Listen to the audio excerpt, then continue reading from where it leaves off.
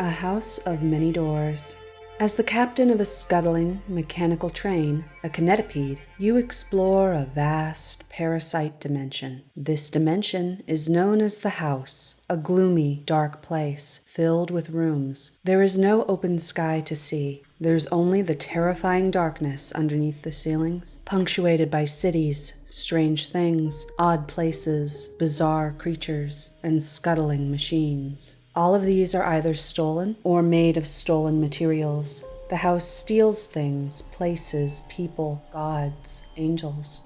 This parasite dimension doesn't care what it takes, who, where, anything. It also doesn't care which other dimensions in the multiverse that it steals from. Everything's up for grabs. This is why it's a parasite dimension. It simply feeds on other dimensions, and it does this constantly. What goes in is never released again, either. Some still have hope of freedom and long for it. Whether or not it's possible, you'll have to see. Dimensional theft is shown in many ways. It's in what you can find in the stories you hear from NPCs. They'll give you glimpses of other worlds, but the theft's most blatantly shown, all the time, in its many rooms. Most of the rooms are empty looking, but are sprinkled with random, stolen objects. Unless an object glows red, then you can't even interact with it. These objects are mostly just eye candy, or at least eye gruel, meant to show that theft is happening all the time, in every room, but that this parasite is never sated. It always has room for more. If a stolen object does glow red, then a random event will happen if you approach it closely with your train. There's usually one such object in a room, but sometimes there are none. For example, you might find someone snatched from another world, and if you pass a check, then you can decide what to do from there. Do you add the person to your crew voluntarily, involuntarily, imprison them, or leave them behind in the dark to die? And the person will die if you leave them there, because the dark rooms of the house aren't safe. Anyone left in the darkness for too long will be driven to insanity and will die. This is because the rooms aren't as empty as they seem. Monstrosities, eldritch things from beyond the realm of sanity were also plucked and placed into the house. It steals indiscriminately. All that keeps the eldritch horrors at bay is the kinetipede's heartlight. And this is why you and your crew are safe on your vehicle as long as it's lit. A heartlight is necessary for vehicles here to both see in the dark and to keep what's in it back. This object is literally a beating heart. Why is a heartlight needed? Where does it come from? There is a story behind that, and your character can learn it. There are other vehicles in the darkness, too. They're protected similarly, with heartlights. Some are merchants, some are bandits, some are cultists. Their reasons for travel vary. Some want to kill you for fun, or for their own purposes. Some fights are plot points and shouldn't be avoided, but these are rare.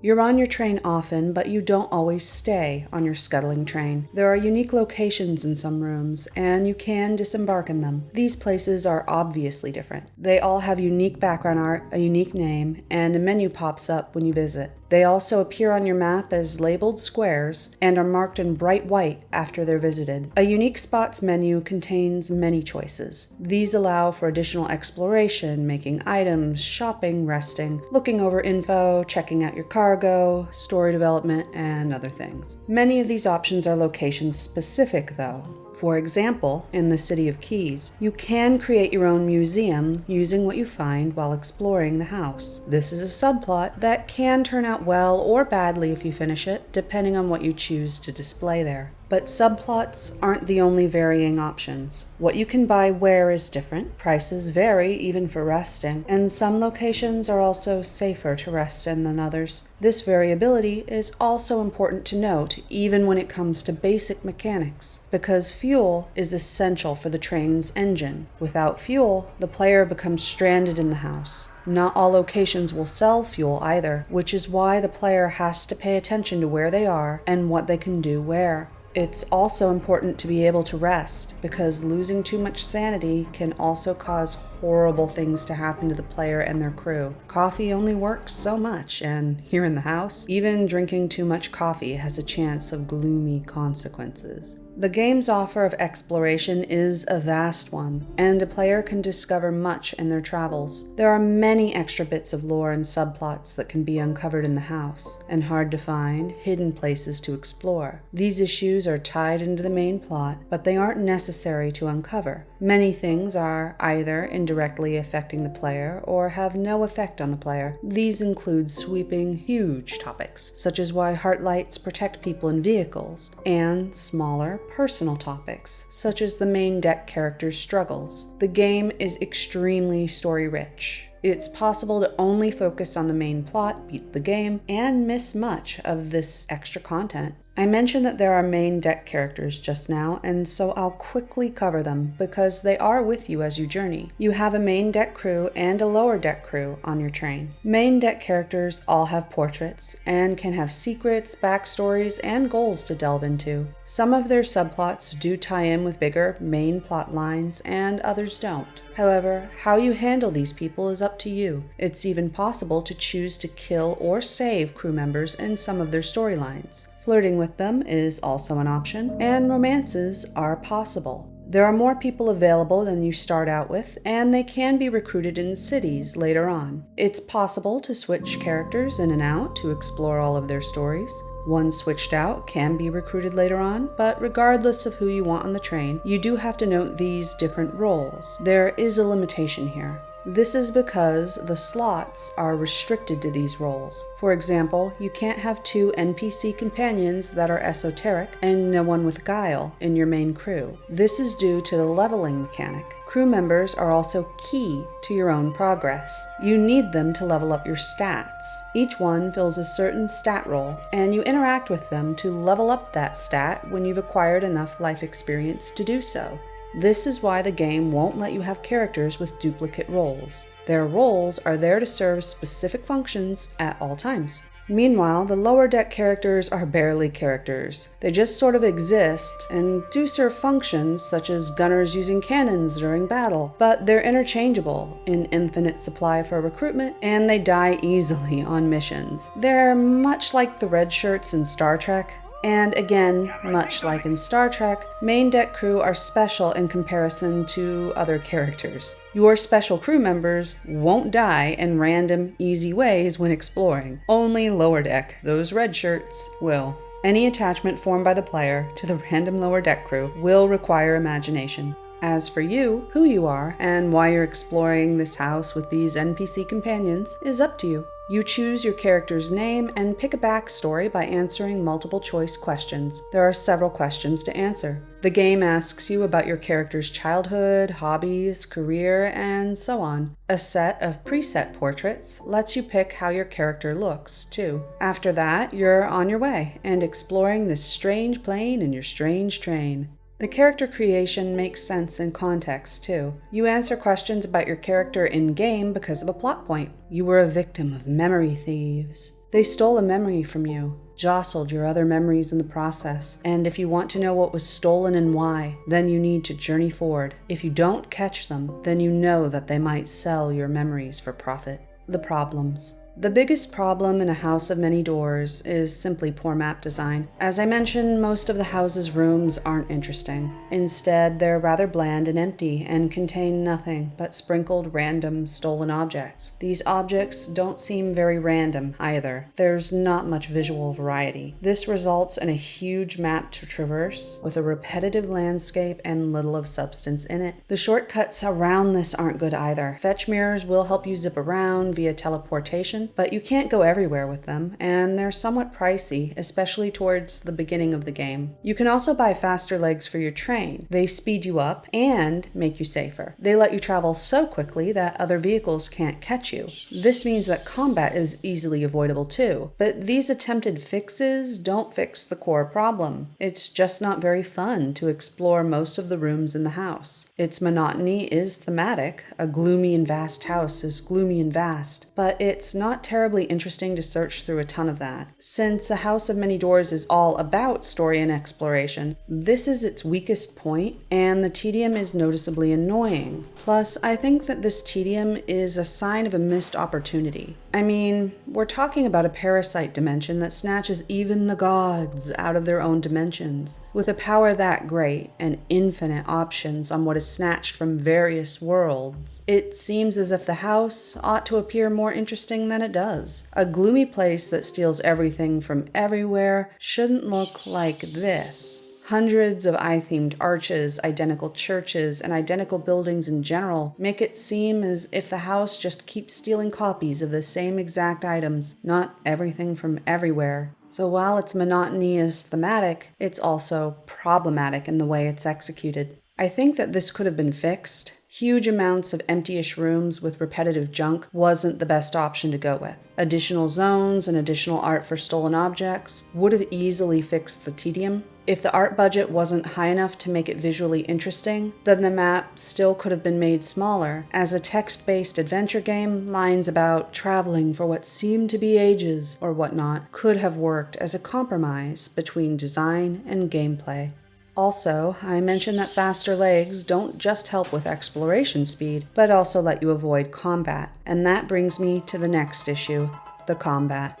Battle is similarly dull. You just fire cannons at each other and have your guards board each other to kill crew. The graphics are simple. The text, letting the player know what's happening during the battle, has poor visibility. It's not done well. The options on what you can do are extremely limited too. You can't even force an enemy crew to surrender. You have to kill each person. This is why it's nice to have faster legs on your train to outrun enemies. You can avoid what is essentially a crappy minigame. You also don't need to fight, usually. You don't fight to level up in A House of Many Doors. Instead, you gain experience from your travels, what you accomplish, and writing poetry.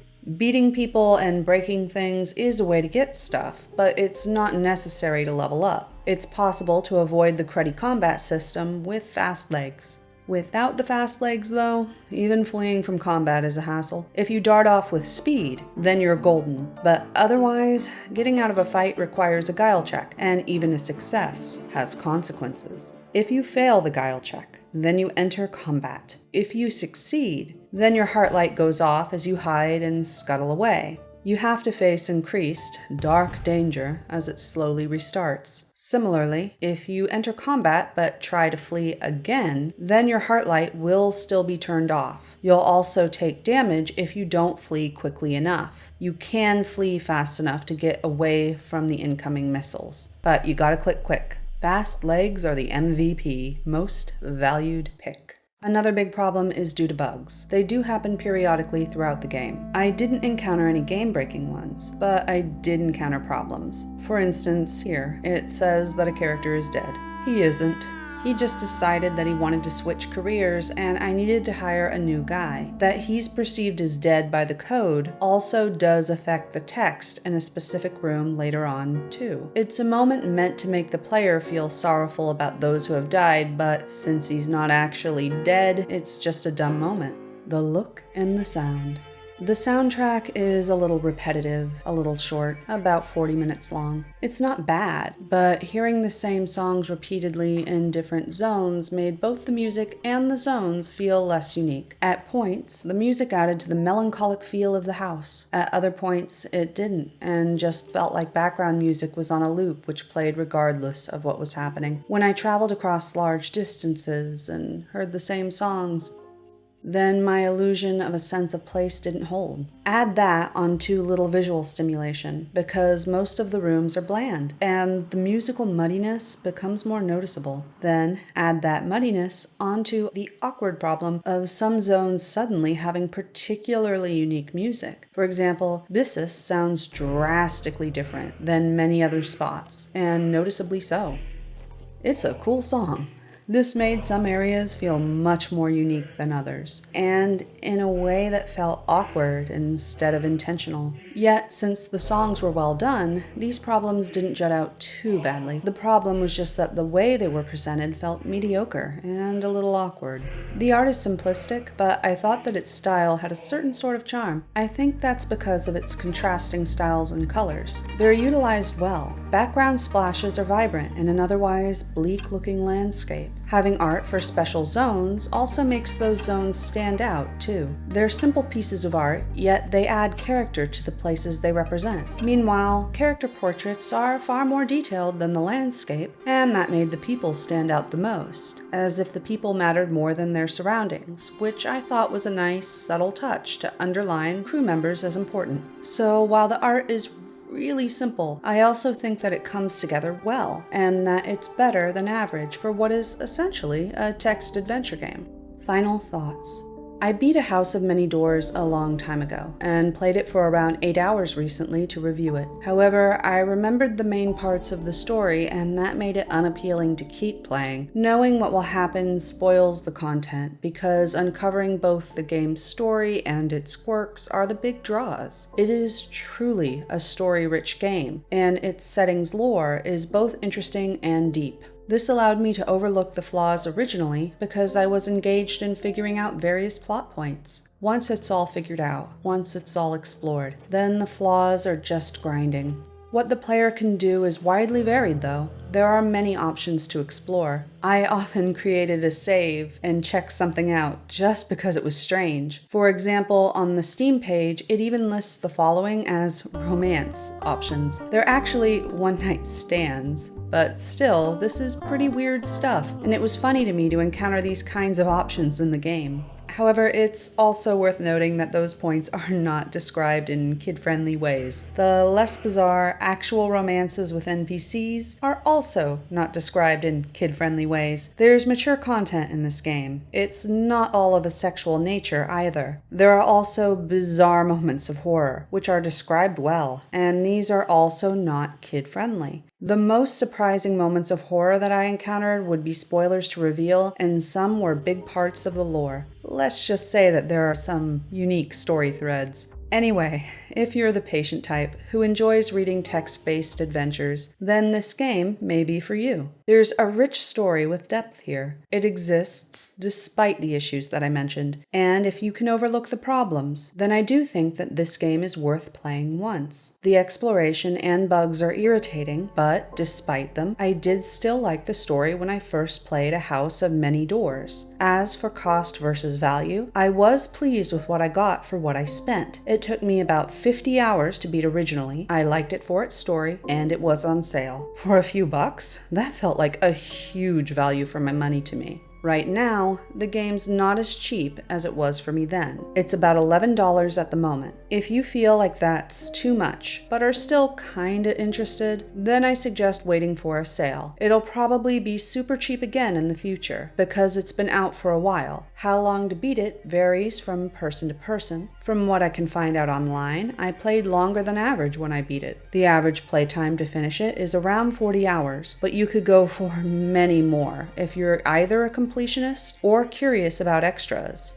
I wasn't even a completionist, but just curious on some points. Yet, you could also beat the game much faster if you only focused on the main story. So, your own mileage may vary.